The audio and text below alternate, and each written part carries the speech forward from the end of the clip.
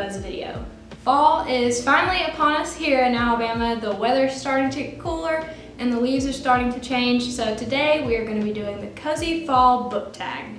I've got my sweater on, I've got my coffee, so go grab your coffee or hot chocolate or tea or preferred cozy drink and we'll jump right into it. So this tag is definitely different than what I'm normally doing and posting here on our YouTube channel, but I'm so excited to dive into it and talk about some of my favorite fall bookish things.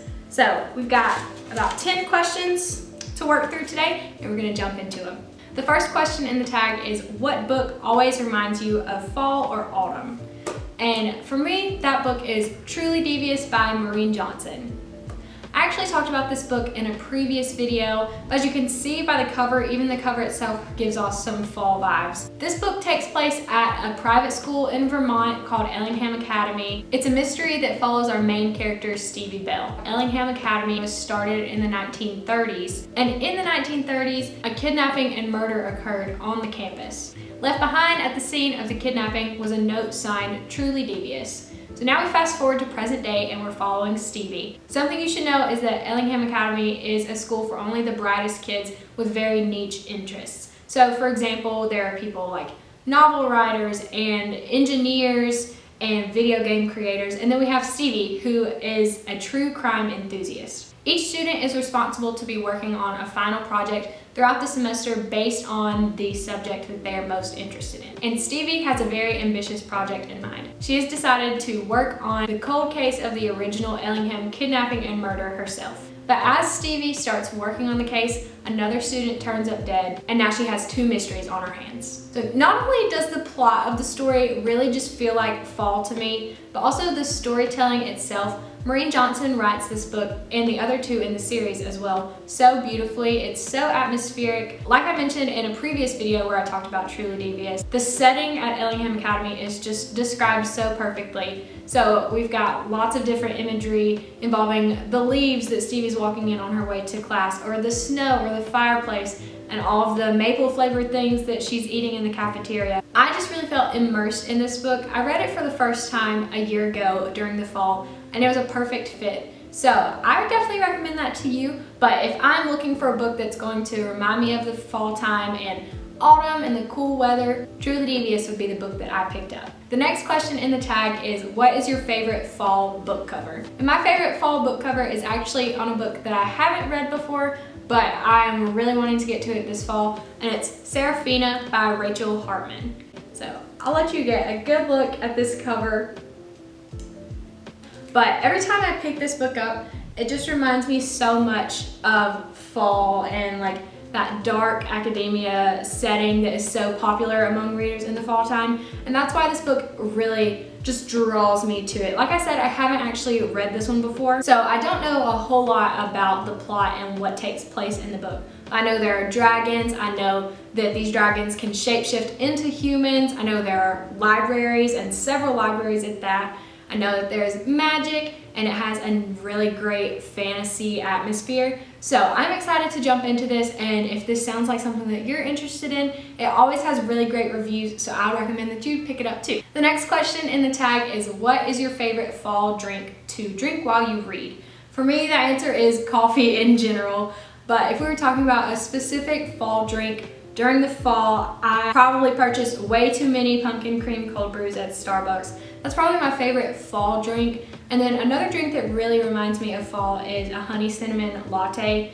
Either of those are my go-tos during the fall when it's first starting to cool off. If I want something to make me feel like that it really is fall time, those are drinks that I would go for. But in general, if I'm reading at home, I'm probably gonna have a cup of coffee nearby. It's what makes me feel the coziest, and to me, you just can't beat sitting in a comfy place in your house with your favorite blanket and a good book and a cup of coffee at hand. So coffee is hands down what I'm reaching for in the fall. The next question is about my reading habits. So it was, do you prefer to read early in the morning or late at night? I would actually say neither of those fit me perfectly.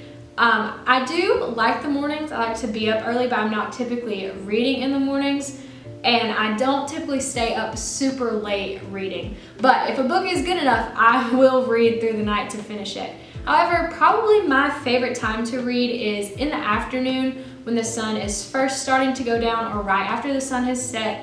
And so that feels like the coziest time of the day to me. That's when I am more than likely going to be found with a book in my hand, and that's when I would typically start my reading for the night. So if I had to choose between morning or night, I would definitely say night, but I'm not typically a really late night owl. Up next, I'm gonna be talking about another book that I've mentioned in a previous video, because the next question in the book tag is, what is your favorite spooky read? For me, hands down, my favorite spooky read is The Diviners by Libba Bray. I know I raved about this book in the last video, but I will constantly stand by what I said about this book. This book is the most immersive book that I've ever read. It's probably one of, if not my favorite book of all time. Libba Bray's writing just blows me away. I'm currently finishing up the last book in this series, and I'm so sad to be done with these books and not have another one to dive into and to be done reading about these characters.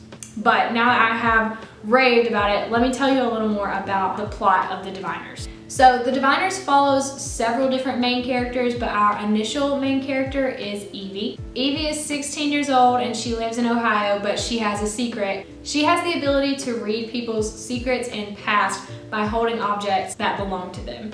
This secret gets Evie into some trouble in her small town, and her parents send her off to live with her uncle in New York.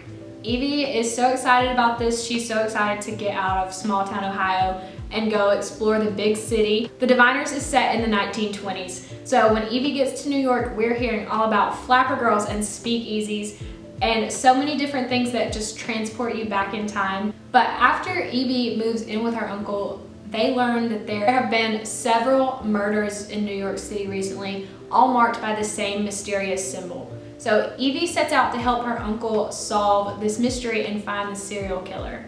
Along the way, we meet several other characters with powers similar to Evie's, and these characters become known as the Diviners. That's really all the setup that I want to give you for this book, because I think it's so much better if you jump into it not knowing very much. If I were to have to put the Diviners into a specific genre, I would really have a hard time there.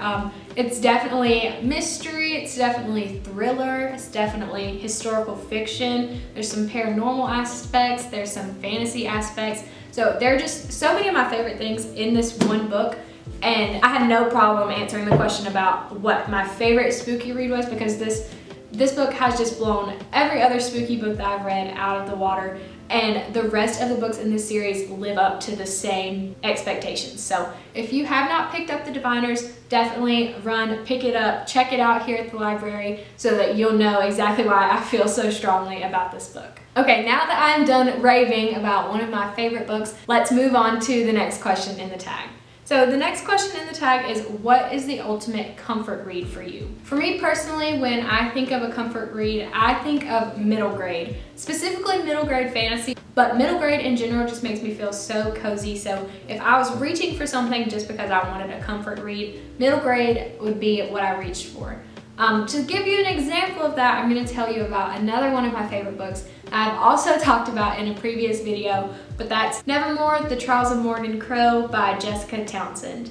This book is one of the most charming books I've ever read. The world in this book is amazing. It is a fantasy novel. It has some of my favorite tropes from books like Harry Potter or A Series of Unfortunate Events, that sort of thing. So if either of those book series interested you, this might be a good book for you to pick up. Nevermoor follows Morgan Crow. She is our main character throughout this series. I believe there are currently 3 books published in this series, but there are rumors that there could be up to 10, which is really exciting for me because the first one was such a hit. I'm so excited to jump into the rest of the series. But at the beginning of Nevermoor, Morgan is 11 years old, and all of her life, bad luck has followed her everywhere that she goes. Anything bad that happens in her world gets blamed on her somehow because she was born on a day that's considered cursed in her town. So all of her life, people have treated her like a cursed child. In fact, this curse normally means that children born on this day will die on their 12th birthday. So that's what Morgan is expecting at the beginning of this book. We're in the days leading up to her 12th birthday, and she's kind of preparing to meet her fate. And it's really sad at the beginning of the book because Morgan just feels like her whole life she's been unwanted and she hasn't fit in. Nevermoor is basically in a completely different world. It's a place that Morgan has never heard about, but Juniper tells her that they have a society for children in Nevermoor that are gifted. And Morgan is so confused because she's like, I'm not gifted, I'm cursed. I've been bringing bad luck to everyone my whole life. But Juniper convinces her to come with him to this new world, and then we get to explore the world of Nevermoor. Nevermoor is just the most charming fantasy world. I know I've said that word several times now, but that is just truly the best way to describe it. We meet characters like giant cats. There is a hotel that shapeshifts and is transforming all the time that people are in it, just based on people's needs or people's personalities, and that's so cool.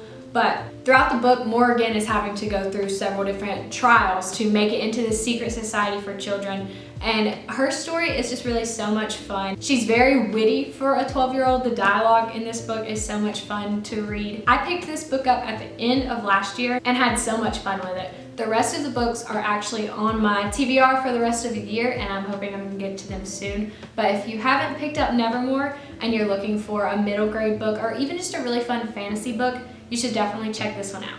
Okay, we've got just a few more questions to work through in the tag. The next question is, what is your favorite fall snack to eat while reading? Most of the time, and not just for fall, but most of the time in general when I'm reading, I like to have popcorn nearby. So I don't know if that would be my favorite fall snack, but I don't think I actually do a lot of snacking while I'm reading. So if I had to pick a favorite snack that I'm eating while I'm reading a good book, popcorn would probably be my answer. Next in the tag is, what is your favorite fall scented candle to burn while reading? I'm actually very excited about this question because my favorite candle of all time, but specifically for the fall, is Flannel from Bath & Body Works. I love to burn that candle. For some reason, it just really reminds me of fall and feels so cozy, and it's definitely my favorite candle to burn all the time, but especially during the fall when I feel like it's acceptable to start burning fall scented candles. That is the candle that I will be reaching for. The next question is, when you're not reading, what's your favorite fall activity? And for me, that would be baking or cooking, but I really do love to bake when it starts to get cooler outside. I like to try different bread and cookie recipes. I think it's so much fun to give people desserts during the fall and just in the cooler months in general. So if I'm not reading in my free time during the fall, you can probably find me in the kitchen. And then the last question in this book tag is, what is on your fall TBR? I've already mentioned several books that I would love to get to this fall and just before the end of the year in general. I'm going to tell you about two more that I'm really looking forward to. The first of those is another middle grade book. Like I said, they're my go-to comfort reads, and it's Green Glass House by Kate Milford. So I haven't read this yet, obviously, but just a little bit of what I know about it. Well, first of all, look at the cover. Snow, this big house. I believe it's actually a hotel. It just looks like so cozy. We need to do a tally. How many times have I said cozy in this video? But this book, just when I looked at it, I've heard several people talk about it, but when I looked at it myself, I was like, oh yes, I've got to pick it up. I want to read that book soon. But just from what I know about it, I believe that it follows two kids in this hotel that are trying to solve some different mysteries in this hotel. Like, there are several random guests that appear at the same time, and I believe they all have like a mysterious background. And so these two kids are trying to figure out why these guests came to the hotel at this time. I think there's also a paranormal aspect in the book, but I've heard several people say that this is just such a great read when it's starting to cool off outside and you want to sit by a fireplace and read. So that was all I needed to hear. I picked this book up and I'm excited to read it. And then the last book that I'll mention that's on my fall TBR this year is Scythe by Neil Shusterman. This is a book that I've been meaning to get to for a really long time now. I know that it is a fantasy / dystopian world where there are two teenagers that are competing for the role of Scythe. And basically what the Scythe does in this world is actually kills off people. So basically they have conquered any problems that they have with overpopulation or problems with people not living long enough or living too long in burdening society. So I believe this is kind of a darker dystopian novel, but I have only heard good things about this book, and I really love picking up fantasy during the fall time, so I think that this book would probably be a good match for me, and I'm planning on picking it up soon. And that is the end of this fall book tag. Thank you so much for watching another video and listening to me talk about some of my favorite books. I hope that maybe this inspires you to pick up a new book this fall. We would love to hear any of your answers to the questions in this book tag, so if you would like to comment those down below on our YouTube page or send us an email or post it to our Facebook page, we would love to hear from all of you. If you're interested in checking out any of the books that I mentioned today, we are still offering curbside service at the library, and if you would like to take advantage of that service, you can learn more about it on our website. But basically, you'll need to go online or call us and place a hold on a book, and then you'll get a notification when that book is ready for pickup. But also, we are excited that we are currently open to the public from 9 to 2, Monday to Saturday. So if you want to come in and pick that book up yourself, you're more than welcome to do that as well. Again, I want to thank you so much for watching this video, and we would love to hear more about what you're reading this fall. Happy fall and happy Thanksgiving. See you next time.